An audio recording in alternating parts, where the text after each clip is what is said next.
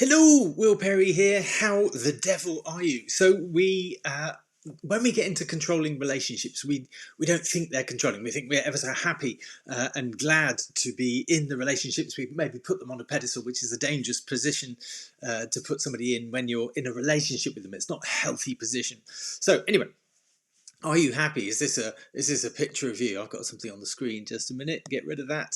There we go. Are you happy? Does that look like you?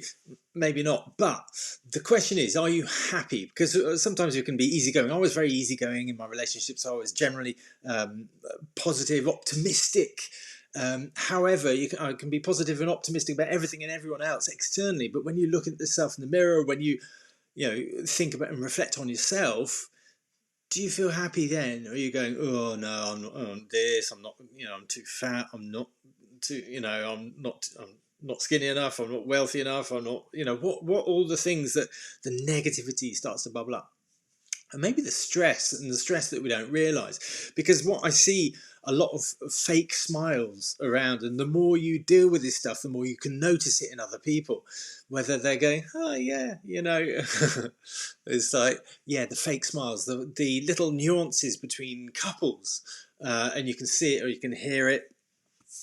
And it's easy to spot when you deal with it. But I was speaking to a client and who'd been through a transition, started off not wanting, had anxiety and overcame that, and through working with me and overcame the anxiety. Then the weight loss was a good thing. That was a secondary benefit of taking control of her life, and that was a good thing.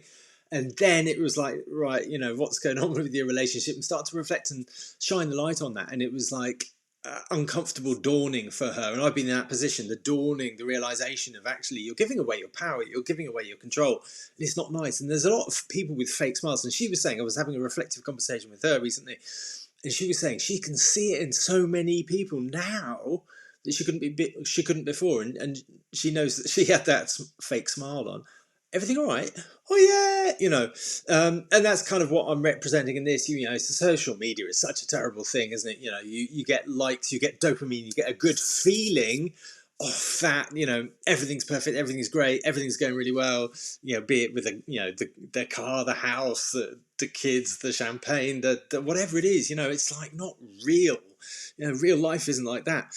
I guess it's a bit like porn. Porn isn't real life. I remember saying that to my son and saying, feeling ever so fuddy-duddy saying it. But over there, the relationships, might on the surface look really happy. The power couple, I can reflect on that on my past, being a power couple and thinking, just how amazing we were. But under the surface, are you happy? Are you stressed? What's really going on? Sometimes it's really difficult to be honest about what's going on inside for yourself. People that might be, ding, everything's good, everything's great, are they papering over the cracks, for themselves, not being honest with themselves? Because it's a really difficult thing to be honest with yourself. It's really difficult to see your blind sides. You can't see your blind, that's why we call them blind sides. And it's not like a car where we have the mirrors, you adjust the mirrors, bloody hell, it's not, you need help. Usually with somebody else, a therapist, a counsellor, whatever it is, a coach, to be able to see your blind sides. It's really difficult on your own. So I see a lot of fake stuff going on, and I don't mean that in a judgmental way, but fake teeth, fake. I'd like to, anyway. I have thought about getting my teeth done, but it's like it just feels fake to me. I know if I was in America, probably it would be de rigueur. Absolutely. There's jokes about British with their funny teeth, but anyway, I am that. Anyway, fake hair, fake boobs, fake lips, fake smiles. That alludes to the and you can see it in the eyes of the soul. You can fake lives, and that's a sad and difficult thing. But people don't often realise it themselves. It's a really difficult thing to realise. It's a really difficult thing to really see, because it's in our blind side often. And so many people like that are living a life of quiet desperation. And I know I've been there, but I would always put the optimistic spin on it. So you're your own worst enemy, and you're locked in these patterns of, no, who am I? And if you know the victim triangle, victim triangle, it's like, poor me, but poor them, or blame, and it's ask me if you want or if you've seen previous videos on that from me. But yeah, we can get locked into, things are right with me. There's lots of people worse than that, but it's still victim mode. But we can be putting a fake smile on it and be inside living a life of quiet desperation. And that's a terrible way to be. And we can bury our head in the sands, but that's meant to be an ostrich. Burying our head in the sands doesn't solve the problem. This stuff doesn't go away. And it's a really, really difficult thing, but it affects your life so much. It traps you in there and leaves you kind of stuck. Quiet desperation. I think that covers it. You don't want that, do you? So what you need to do is examine where this stuff comes from. So in the present, that comes from your past, and you need to be able to examine that. It doesn't mean you need to lie out on the couch and psychiatry table and yes, your time is up. You don't need to go back through painful traumas, but to be able to recognize and align stuff, to understand how your past led to your present, but also examine maybe the relationships you're in.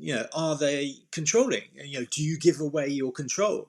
Do you try and people please? Are you a bit of the doormat? Do you let people walk on over you too easily? Do you find it difficult to say no?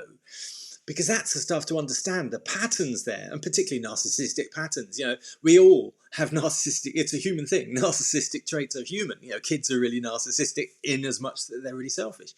But as an adult, you learn to adjust that and have less heightened narcissistic traits. So, less narcissistic traits, more balanced, understanding, compassionate, kind.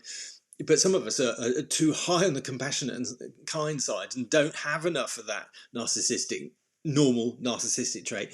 And some people are too high on the narcissistic and lose the compassion. And it's all about the balance. So if you find you're with somebody, you need to understand it and be able to examine the patterns. Is this normal? Or are they a bit out of balance, too? Am I a bit low on that? Am I a bit too high on the old agreeableness and trying to please people, dog and eager to please? Dog tail wagging is what I was thinking. Sorry, a puppy eager to please. That was me. So you need to be able to examine yourself, and that sounds like an exam, but assess your personality. There's tons of tools out there. There's tools I use on the program and everything like that. But to be able to really assess and understand the patterns in your partner, but also most importantly the patterns within yourself. So the future you just over there. So that you can know what to adjust in order to get what you want and to get out of the sand, get your head out of the sand, to be able to move forward away from the patterns of negativity, and especially who you're attracting. So if you're attracting narcissists in your partnerships, then to be able to escape from them. So if you want to find out more, I've got the first step I take clients through is the 12 days to decide. It gives them a taste of a flavour of working with me, which is a great benefit, and it comes with a guarantee you can get your money back if you don't like it. But the clarity, what you get at the end of it, is the clarity of the real issue for you. So really what the real issue is, rather than what you think is the real issue. It's not, I haven't got this, I haven't got that. It's like, this stuff, right? That's where the issue is. So clarity on that is, and what you need to adjust, because I bought lots of different programs because I thought that would fix the issue. But, if this is the issue, then you know what to adjust. And it might sound silly, but again, this is our blind side. It's really difficult to see that. So, the 12 days to decide program, which coincidentally lasts 12 days, and it's online, you can access it now. What you need to adjust, and you can, and the realization that you can actually take control, take your head out of the sand and move forward in the direction that you want to, making the adjustments that you want to in order to give yourself what you want. And it's not a magic wand type thing. You have to put the work in. You have to have the focus and create the dedication if you don't have it.